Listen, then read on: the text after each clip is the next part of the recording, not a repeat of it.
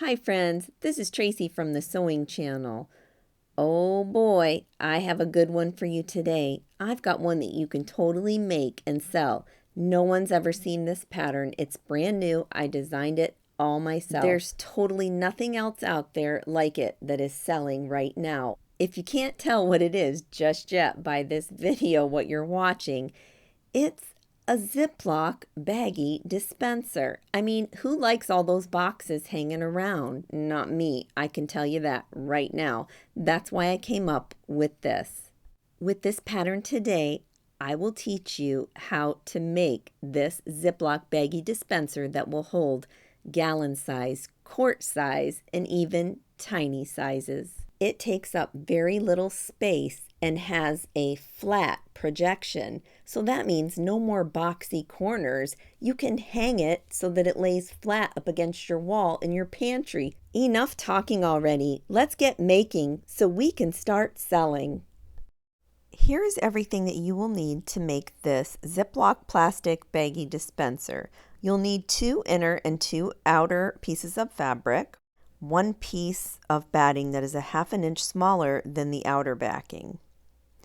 You need a front outer pouch, which will be 22 inches by 10 inches. 1 piece of batting for that at 9 by 10. You'll need for the back pouch 14 inch by 14 inches. You'll need 1 bendable wire hanger, or maybe this plastic one you might have on hand. Go ahead and screenshot this. This is everything that you'll need for this project. The first thing we're going to do is work on the 14 inch by 14 inch back pouch. You're going to fold right sides together, so a 1/4 inch seam right along the top there, being sure to leave both sides open. Then turn it right side out, give it a good hot press. Be sure that the seams are nice and pressed out. Next, take the open ends of the piece of fabric, fold it, give it a temporary crease in the middle so we know where the center is, and set it aside. Now take the 14 inch by 15.5 inch outer fabric along with the piece of batting. Lay the batting down so that there is about a 1/2 inch all around the outer edges. Then flip that over to the printed side. Now we're going to take that back outer piece with the sewn edge, and we are going to make sure that the sewn edge is toward the bottom of the fabric. Now remember, it has open edges on it, so you'll just line up the edges along with that outer piece of fabric. You want to lay it 3 inches from the top. Then you want to sew straight down where I'm pointing there, right along that crease that we made, connecting the batting, the outer piece, and the pocket all together. And then you also want to sew across the bottom. Do not sew along the side edges. And here you can see I'm done sewing. I've sewed the bottom straight across and I've sewed the middle. Here you can see what it looks like on the batting side, just to give you another angle. Now take the piece of fabric that's 22 inches by 10 inches. It's going to be our front pouch. Go ahead and fold it in half and put a crease in the side there. Open it back up and then lay your piece of batting that goes with it so that there is about a 1/2 inch all the way around. The batting is only used for one side of this fabric, so take some pins and pin the batting to that one layer of fabric. Once you have the pins only in the one side, let's take it to the sewing machine and add some creativity to it. Now for this, I just sewed some lines just straight. I quilted it straight across a few lines, then I turned it at a different angle and I sewed some other lines. Now you can also practice your free motion quilting on this. That would look cute. Now you can see here on the back better the design that I did make. Once you have it where you want it, you're going to fold right sides together, and then you're going to sew around this project, but be sure, like right here, to lift your needle up and leave a space right there in the top so that we can turn our work right side out. Once you've sewn all around, leaving that one opening at the top, you can trim the corners off of this and then put your hand in and turn it right side out. Be sure to poke out all of the corners so that it makes for nice, neat work.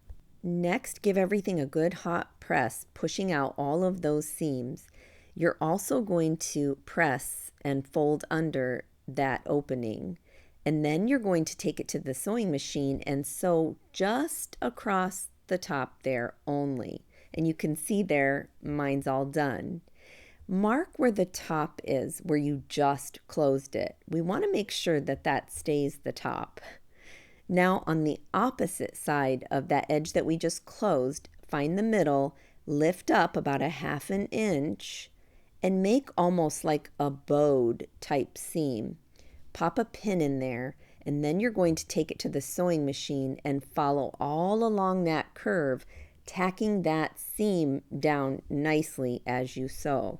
Be sure to take your time with this particular seam. It's real easy to get off track, so just keep your fingers holding it down as you sew.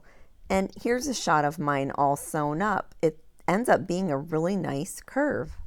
Next, take the other outer fabric, the 14-inch by 15.5 inch piece, fold it, make a crease so that you know where the middle is. And you see it there, I'm marking it with my friction pen.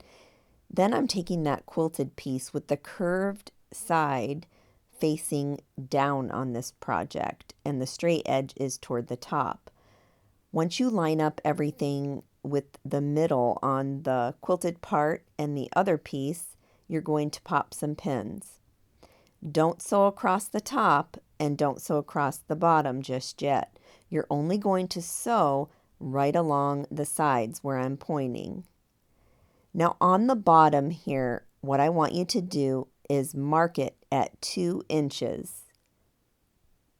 Just where I'm pointing, 2 inches in on both sides of the bottom curve. You're going to sew those up to that point. And you can see here, mine's all sewn up. Here I'm showing you why we sewed that 2 inches in. It's so the bag does not fall out. Every time you go to grab one, you only grab that and pull it out, and the rest don't come with it. Now take that outer piece with the inner piece and put them right sides together. Now you need to do this on both of the outer pieces and both of the inner pieces now, because everything should be mostly put together. Do not sew on the outsides when we put these together. You're only going to sew along the top and along the bottom, each individual set. Now that both pieces have been sewn along the tops only and not the side, it's now time to turn both pieces right side out. And after you turn them right side out, push the seams out and give it a good hot press on all 4 tops and bottoms. Next, find this front piece, and you'll know that it's the front because it has the quilted piece on it. Right below where you had curved that quilted piece, you are going to curve that bottom piece in the same manner. And you can see here by the blue showing that I have it up a 1/2 inch, and then I sewed it just like I did the other one. Now it's time to put these 2 big pieces together. Now be sure that your pockets are facing in the right direction. We want them with the closed end facing down. And then we're going to lay wrong sides together. Be sure that your curved edge on these are facing down as well. Pin it and take it to the sewing machine and sew a scant 1/8 of an inch up both sides only. And then after that, trim off any excess just like you saw me do there, and then turn it inside out and push the seams out, pin it, and then you're going to sew a 1/4 inch down both sides of this project, making a French seam on the sides of this project. After that's sewn, go ahead and turn it right side out now. Be sure to push out the seams yet again and give it a good hot press, making for a nice, neat project. Now at the top of this Loc Baggie dispenser, you're going to find the middle. And how I did that was just folded it in half and marked it, and then I knew exactly where the middle was.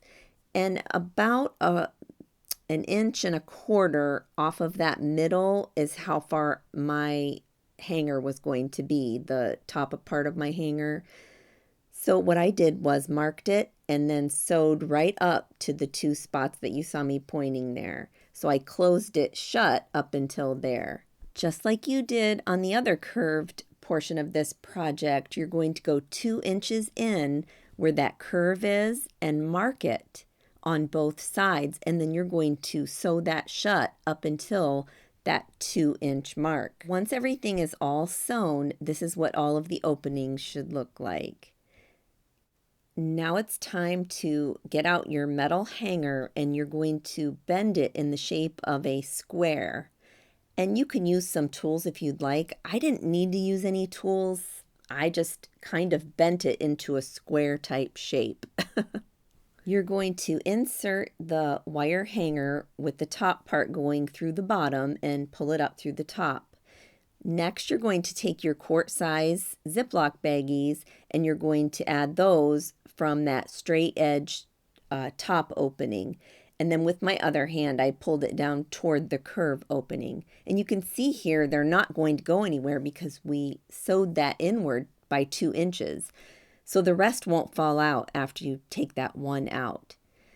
Next, I took the large gallon Ziploc baggies, and from that bottom opening with the bottoms of the bag going in first, I pushed it in through that opening, and I made sure that the wire hanger was on top of the bags from the front. Here's a good shot of that right there. And I think that's going to help hold all of those baggies in there and give it just extra sturdiness. Once the gallon and the quart bags were all taken care of, I took my extra mini bags and I placed them in the back of those pouches. Let me demonstrate just how useful this project really ended up being. You can keep pulling and none of them are going to come out after the one that you just pulled. Now without the hanger, I want to add, you can always lay this into a drawer if you'd like, if that makes more sense for the way you work in your kitchen. What do you think of my Ziploc Baggie Dispenser?